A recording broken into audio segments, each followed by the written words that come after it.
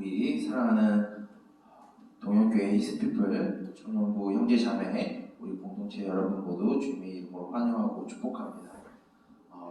번잡스럽고 또한 혼란스러운 우리의 삶을 뒤로하고 또한 일주일을 지나 우리가 다시 이 거룩하고 복된 날 주님의 이름 앞에 우리가 한 믿음을 가지고 주 앞에 나왔습니다. 우리가 살아가는 환경이 어떻게 보면 어지럽고 혼탁하고 어지러운 세상 가운데 있다 할지라도 우리가 이 시간 드려지는 예배를 통하여서 주임으로 인하여서 소망을 얻고 주님의 뜻을 깨달아서 우리에게 주어진 그 삶 가운데 주님의 뜻을 우리가 밝히며 이 땅 가운데 유일한 소망 되시는 예수 그리스도를 보여주는 삶이 우리 가운데 있기를 주님의 이름으로 축복합니다.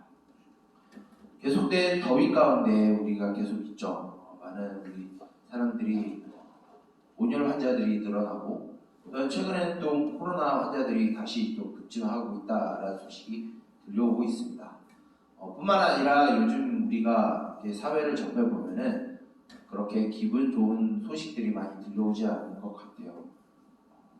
계속해서 이 사회 가운데 칼부림 사건들이 계속 일어나고 칼부림은 하지 않지만 그 속 사람들마다 하나하나씩 폭탄을 안고 분노와 또한 두려움과 불안함 가운데 살아가고 있는 것 같습니다. 참 이런 세상을 바라볼 때는 한 명의 목회자로서 참 마음이 안타깝고 무겁게 느껴지는 것 같아요. 이러한 마음들이 저뿐만 아니라 우리 믿음을 가진 청년들에게도 있는 줄 압니다. 이러한 시대 가운데 우리가 하나님의 말씀을 통하여서 하나님이 이 시대를 어떻게 평가하시고 이 시대 가운데 주를 믿는 우리 청년들이 어떠한 삶을 살아가고 무엇을 바라봐야 되는지 우리가 말씀을 통하여서 깨닫고 그 가진 말씀을 가지고 우리가 다시 주어지는 일주일의 삶을 우리 주님의 뜻에 따라 살아가는 우리 동현교회 히스피플 청년부 공동체가 되길 주님의 이름으로 축복합니다.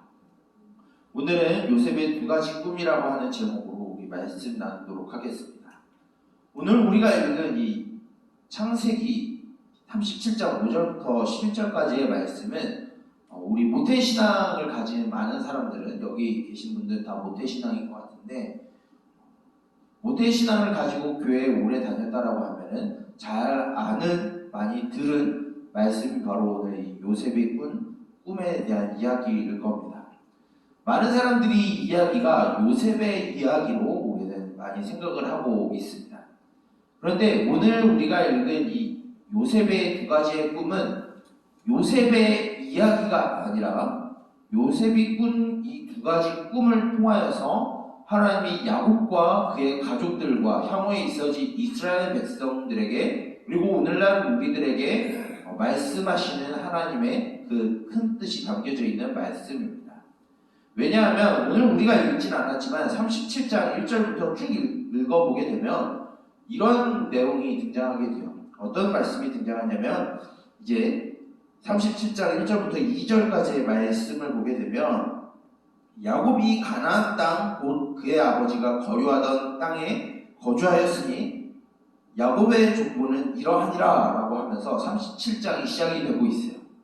우리가 지난주까지는 하나님의 말씀에 따라 살지 아니하였던 야곱이 이제 바단 아람에서 옮겨갔다가 거부가 된 후에 이제 베델로 돌아오는 과정을 우리가 듣게 되었어요. 근데 이 중간 사이에 이 야곱은 원래 서원하였던 베델로 바로 가지 않고 세겜이라는 곳에 잠시의 일탈 생활을 하다가 큰 혼란을 겪게 되고 난 다음에 다시 베델로 올라가서 하나님 앞에 신앙의 고백을 하고 이제 그 땅에서 거주하기 시작했습니다. 그 이후의 삶에 대한 이야기가 바로 오늘 17장부터 시작이 되는 것입니다. 그래서 오늘 17장 1절에 이렇게 이야기를 하는 것이죠. 이제 야곱이 그 약속하신 땅, 하나님께서 아브라함과 이삭에게 약속하셨던 그 가나안 땅에 거주하기 시작할 때서부터 하나님이 이제 야곱에 대한 이야기를 써 내려가고 있다라는 거예요. 오늘 이야기를 보게 되면 어떻게 이 2절에 보게 되면 야곱의 족보다라는 이야기가 등장하게 됩니다. 저와 같이 몇 개월 정도 이 창세기의 말씀을 들은 우리 청년들은 이 족보라는 단어를 듣게 되면 히브리어로 톨레도트라는 단어가 생각이 나야 합니다. 안 날 수도 있지만 톨레도트에 대한 이야기를 잠시 이야기하면은, 톨레도트는 우리가 한글 번역에서 족보라는 단어도 쓰지만 일종의 이야기, 설화로도 사용이 되는 단어가 바로 톨레도트라는 단어입니다. 즉 오늘 말씀 보게 되면 야곱의 족보다라고 하면 시작하는데, 야곱의 족보가 쭉 이어져 내려가는 게 아니라 이제 가나안 땅에 야곱과 그의 가족들이 가나안 땅에 거주하는 그 이야기를 기록하고 있다라는 것이죠. 이 이야기 중에 처음으로 시작이 된 게 바로 요셉의 등장부터 시작하게 됩니다. 근데 오늘 말씀을 보게 되면 이 요셉이 형들에게 미움을 받고 있었다라는 것부터 오늘 본문에서 시작이 돼요. 그 이유는 이 앞부분에 27장 1절부터 이 4절까지의 말씀 가운데 그 배경이 기록이 되어 있어요.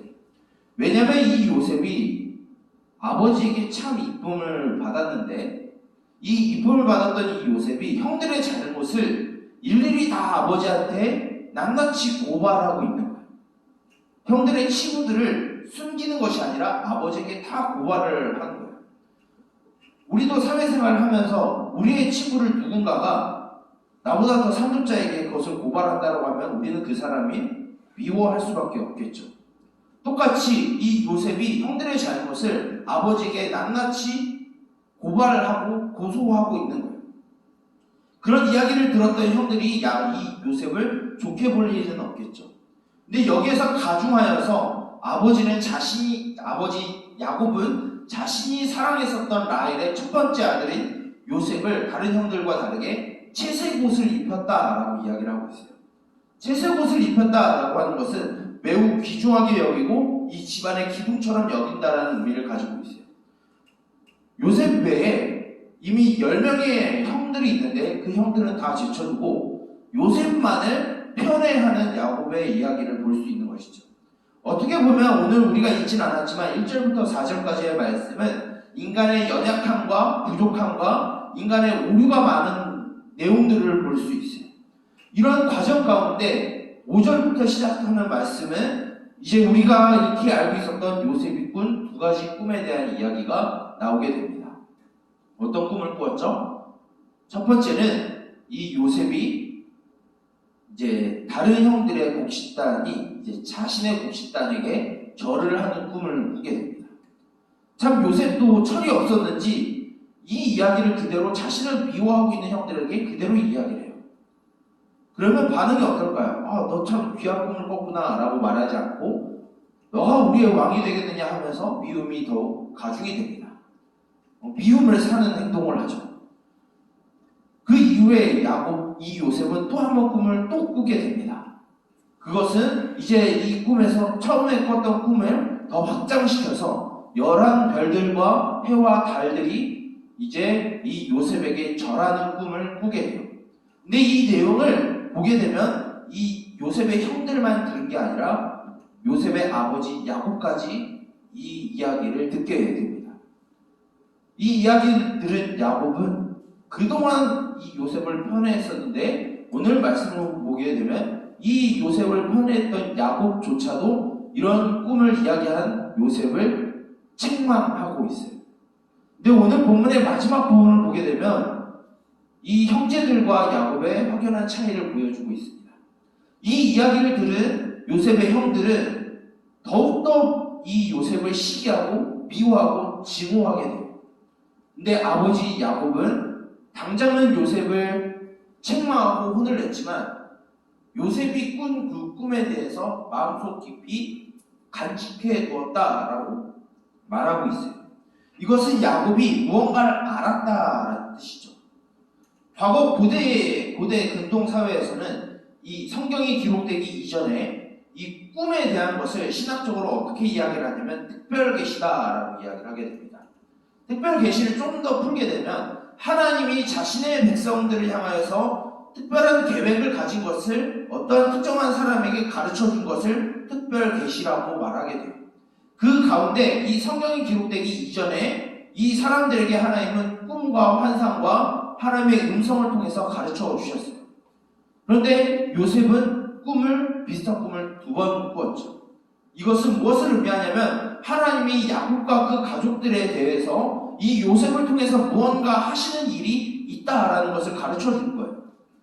근데 잘 보게 되면 이 꿈을 꾼 요셉조차도 이 꿈이 하나님의 말씀이라는 것을 어느 정도 알았던 것 같습니다.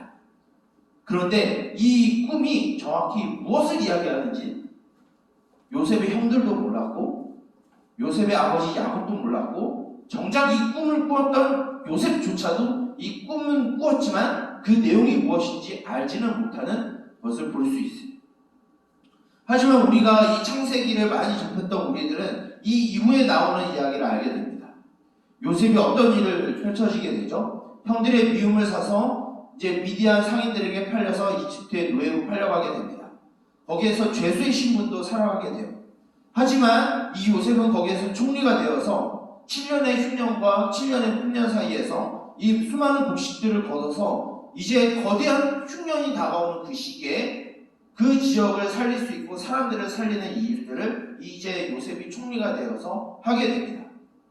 그런 과정 가운데 이 흉년에 들었던 이 야곱과 그의 가족들이 요셉으로 말미암아 흉년 기간에 죽지 않고 살아가게 되는 구원의 일을 경험하게 돼요. 결국 요셉이 꾼 꿈은 요셉을 통하여서 하나님이 야곱과 그의 가족들을 구원시키실 것이다 라는 의미를 가지고 있는 것이죠. 근데 오늘날 우리들에게도 비슷한 말씀을 하고 있습니다. 무엇이냐면 저와 여러분들을 통해서 하나님은 이 시대에 혼란스럽고 어지러운 시대를 살아가는 자들에게 구원과 회복과 회개의 영을 그 기한을 줄 것이다 라는 것을 우리들에게 가르쳐주고 있습니다.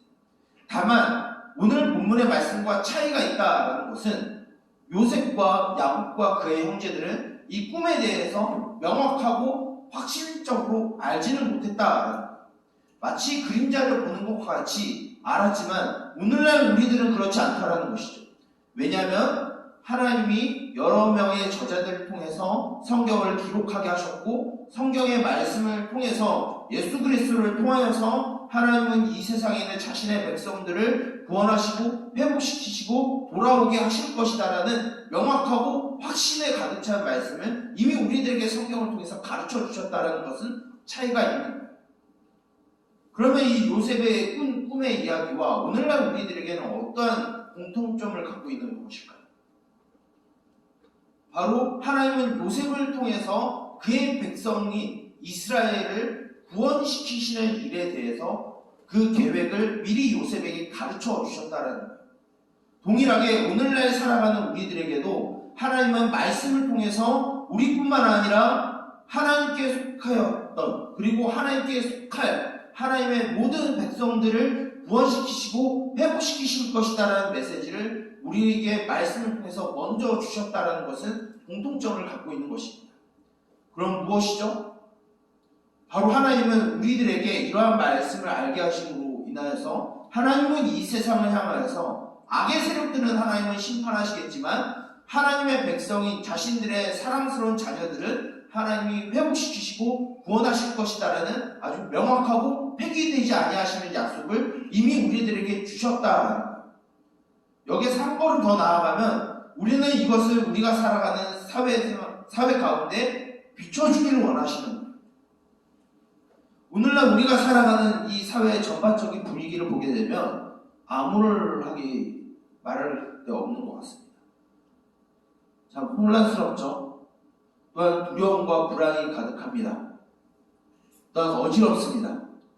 성경 말씀에 근거하면은 난리의 소문이 끊이지 않고 있어요. 혼돈과 혼란이 가중스럽고 혼돈의 카오스 속에 우리가 살아가고 있는 것 같습니다. 이것은 우리뿐만 아니라 이 세상을 살아가는 모든 이들에게 주어진 것 같아요. 이런 세상 가운데 살아가는 자들에게 하나님은 유일하게 자신의 백성들인 우리를 통해서 자신의 백성들을 회복시키시고 구원하실 것이다라는 하나님의 계획을 이 세상 가운데 가르쳐 주길 원하신다. 먼저 하나님의 말씀을 알았던 우리를 통해서 하나님은 우리를 통해서 우리가 살아가는 그 모든 환경 가운데 살아가는 이들을 회복시키시고 구원시키실 것이다라는 소망의 메시지를 우리의 삶을 통해서 전파되길 원하신다. 얼마 전에 우리가 수모임을 하면서 이러한 비슷한 이야기를 한 것으로 제가 기억이 납니다. 어떤 청년이 이런 이야기를 했어요. 왜 우리가 살아가는 이 세상이 이렇게 혼탁스럽고 어지럽고 이렇게 혼돈의 카오스에 있는 것입니까? 라고 얼핏 저한테 물었던 것 같아요. 그때 저는 확실히 기억합니다. 이러한 환경의 근본적인 원인은 바로 전적으로 교회의 책임이다 라고 저는 말씀을 드렸어요. 왜 교회의 책임이냐? 바로 교회는 이 요셉이 하나님의 말씀이었던 이 꿈을 먼저 꾸어서 그것을 자신의 형제들과 아버지에게 말했던 것 같이 우리는 오늘날 살아가는 이 세상 혼돈과 혼란 사이에 살아가는 이 세상 사람들에게 하나님이 그들을 구원하시고 회복시키시고 함께 하실 것이다라는 희망의 메시지를 이 세상 가운데 우리는 던져줘야 되는 거예요. 근데 우리가 교회가 그런 일을 하지 않고 있었기 때문에 오늘날 우리가 살아가는 이 세상은 더욱더 혼란스러워지고 혼돈의 극치를 달려가고 있다라고 저는 단호하게 말씀드리고 싶어요. 이것은 누군가의 한 명의 잘못뿐만 아니라 모든 그리스도인들의 책임입니다. 우리는 이미 요셉이 꿈을 꾸었던 것 같이 하나님은 우리들에게 말씀을 이미 우리에게 주셨어요. 그 말씀은 하나님은 이 세상 가운데 있는 자신의 백성들을 회복시키시고 구원시키실 것이다라는 아주 명확하고 폐기되지 아니하시는 말씀을 이미 우리들에게 주셨는데 우리는 그 말씀을 믿지도 않을 뿐더러 그것을 이 세상 가운데 그것을 전달해주는 빛의 통로도 하지 못하고 있었던 것이죠. 그래서 오늘날에 이 한국 사회뿐만 아니라 전 세계에 이런 혼란이 가중된 것은 바로 이 빛의 통로의 역할을 교회가 하지 못했기 때문이다라고 저는 여러분들에게 말씀드리고 싶어요. 그렇다면 우리들에게 하나님은 무엇을 요구하고 계실까요? 먼저 하나님의 말씀을 알고 그것을 믿는 우리들이 살아가는 그 모든 생업과 가정 가운데에서 이러한 소망과 예수 그리스도의 소망과 희망의 메시지를 우리는 전달할 이유가 있다라는 거예요. 하나님은 요셉과 같이 요셉을 통해서 그 야곱과 그의 가족들을 구원하셨던 것처럼 이미 우리에게 주신 그 말씀을 가지고 이 혼란에 쌓여져 있는 이 세상 가운데 하나님의 구원의 메시지를 전달하고 가르치며 보여주라라고 오늘날 우리들에게 말씀하고 있습니다. 그런 삶 가운데 우리는 계속해서 살아가고 있습니다. 이제 우리는 이 예배를 마치고 난 후에는 다시 우리에게 주어지는 일상의 생활로 돌아가게 됩니다. 다시는 우리는 암흑 속으로 들어가게 될 것이고 또 혼란과 혼돈에 가득 찬 이 세상 가운데 하나님은 우리를 다시 파송하실 겁니다. 그런 하나님은 우리들에게 그냥 주어진 삶에서 그냥저냥 이렇게 일반적으로 살아가는 것으로 끝나는 것이 아니라 그 어둡고 암흑과 혼돈 사이에 살아가는 이 사람들에게 하나님의 구원의 메시지를 전달하라고 우리를 파송하고 있는 거예요. 바로 저와 여러분들은 이러한 의무와 특혜를 가지고 이 세상 가운데 살아가는 주의 백성들이며 주의 자녀들입니다. 또한 성경 속에서 우리의 신분을, 우리의 정체성을 가르쳐줄 때 우리는 하나님의 평화를 전달하는 사절단으로, 외교관으로 이 세상에 파견하고 있다라는 사실이에요. 저와 여러분들은 그런 신분 가운데 이 세상 가운데 살아가고 있습니다. 이러한 정체성을 잊지 않고 이러한 신분을 잊지 않고 여러분들에게 이미 주셨던 그 구원의 메시지를 여러분들의 직장에 있는 자들에게, 여러분들 가정에 있는 자들에게 전달하기를 원해요. 보여주는 삶을 살기를 원해요. 그리하여서 뭔가 대단한 사람을 통해서 이 세상이 바뀌는 것이 아니라 저와 하나님의 말씀을 미리 아는 저와 여러분들을 통해서 이 세상이 변화되기를 원합니다. 이러한 소망을 가지고 우리가 다시 일주일의 삶을 살아가고 승리하는 삶을 살아가기를 주님의 이름으로 축복합니다. 그래 우리가 다시 일주일 때 우리가 만났을 때는 우리가 비록 힘들고 어지럽고 혼돈스러운 이 세상을 살아갔지만 우리에게 가르쳐 주신 그 말씀 덕분에 우리는 힘있게 살 수 있었어 라는 이런 교제가 다음 주에는 나오기를 간절히 소망합니다. 이러한 말씀을 가지고 우리는 우리에게 주어진 하나님께서 우리에게 맡기신 이 세상 가운데 살아가는 주의 백성이자 주의 사랑받는 자녀로서 살아가는 저와 여러분, 우리 동교회 히스피플 청년부 모든 공동체가 되기를 주님의 이름으로 축복합니다. 이 시간 이 말씀을 두고 우리가 함께 기도했으면 좋겠어요. 기도할 때 한 가지 기도 제목을 두고 기도하길 원합니다. 주님, 요셉이 이 꿈으로 인하여서 야곱과 그의 백성들을 구원하시는 이야기를 우리에게 가르쳐 주셨듯이 이 세상을 향하여서 구원의 빛을 발하시는 그 하나님, 그 예수 그리스도의 빛을 우리를 통하여서 우리의 가정과 우리의 생업 가운데 비추는 삶의 통로가 되게 하여 주시옵소서라고 우리 기도하길 원합니다. 그래서 우리를 통하여서 이 세상이 변화되고 혼란스럽고 혼돈스러운 이 세상 가운데 우리를 통해서 유일한 예수 그리스도의 소망이 이 땅 가운데 선포되게 해달라고 우리 말씀을 가지고 우리 간절히 주 앞에 기도하고 나아가도록 하겠습니다. 기도하겠습니다. 살아계신 주님, 우리를 인도하시며 우리를 지키시는 주님, 그 주님의 이름을 신뢰하며 우리가 이 세상 가운데 나아가길 소망합니다. 하나님 아버지, 주님을 예배하지 아니하는 이 땅 가운데 하나님 아버지, 주님의 그 소망이 선포되지 아니하고 주님을 알아가지 못하는 이 혼란스럽고 어지러운 세상 가운데 우리에게 먼저 말씀을 가르쳐 주시고 이 세상 가운데 있는 당신의 백성들을 찾아내시고 구원하시고 회복시키실 것이다라는 그 하나님의 희망과 소망의 그 메시지를 우리를 통하여서 이 혼란스러운 세상 가운데 전파되기를 원합니다.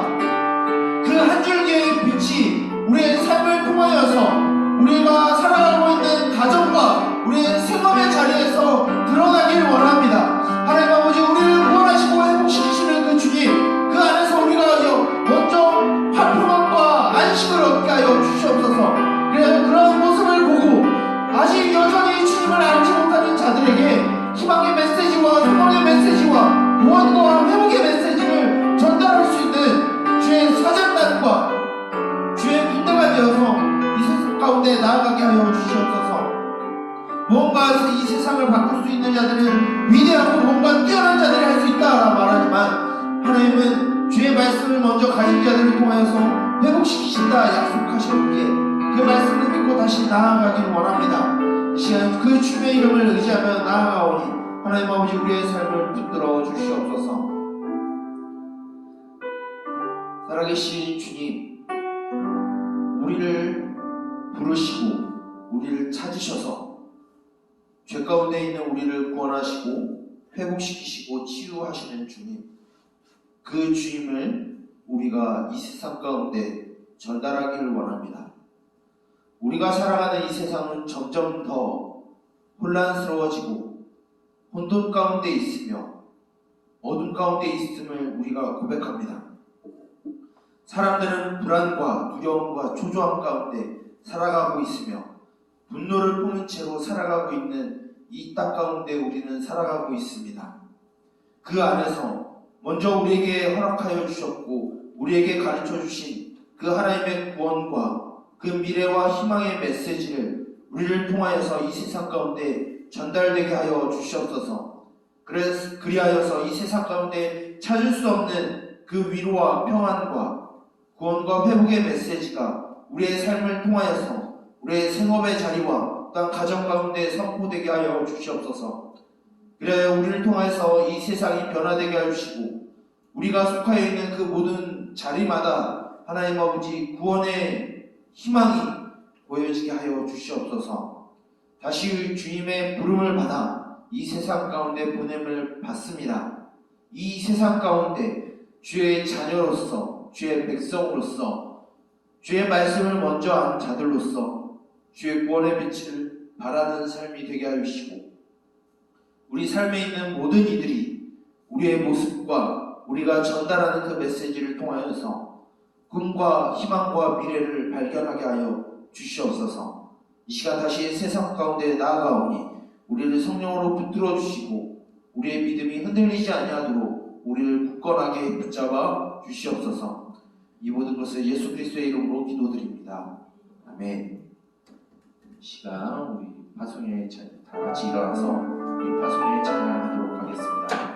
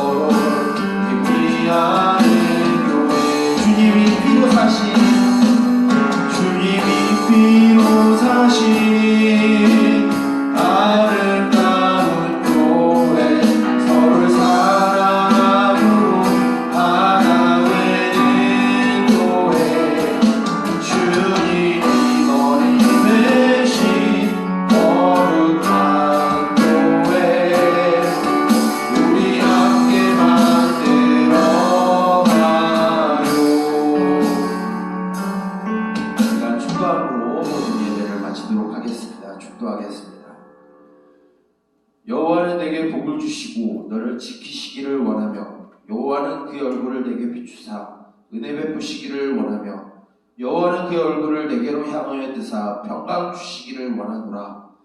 이제는 우리 주 예수 그리스도의 은혜와 하나님 아버지의 무한하신 사랑하심과 성령님의 감화 감동 인도 보호 교제하심의 은총이 혼란스럽고 혼돈스러운 이 불안한 사회 가운데 죄의 말씀을 먼저 알아 이 세상 가운데 희망의 빛을 비추며 살아가기를 소망하는 동현교회 히스피포의 청년부 공동체의 머리머리 위에와 그의 가정과 성업들의 위에 이제로부터 영원토록 함께 있을지어다. 아멘.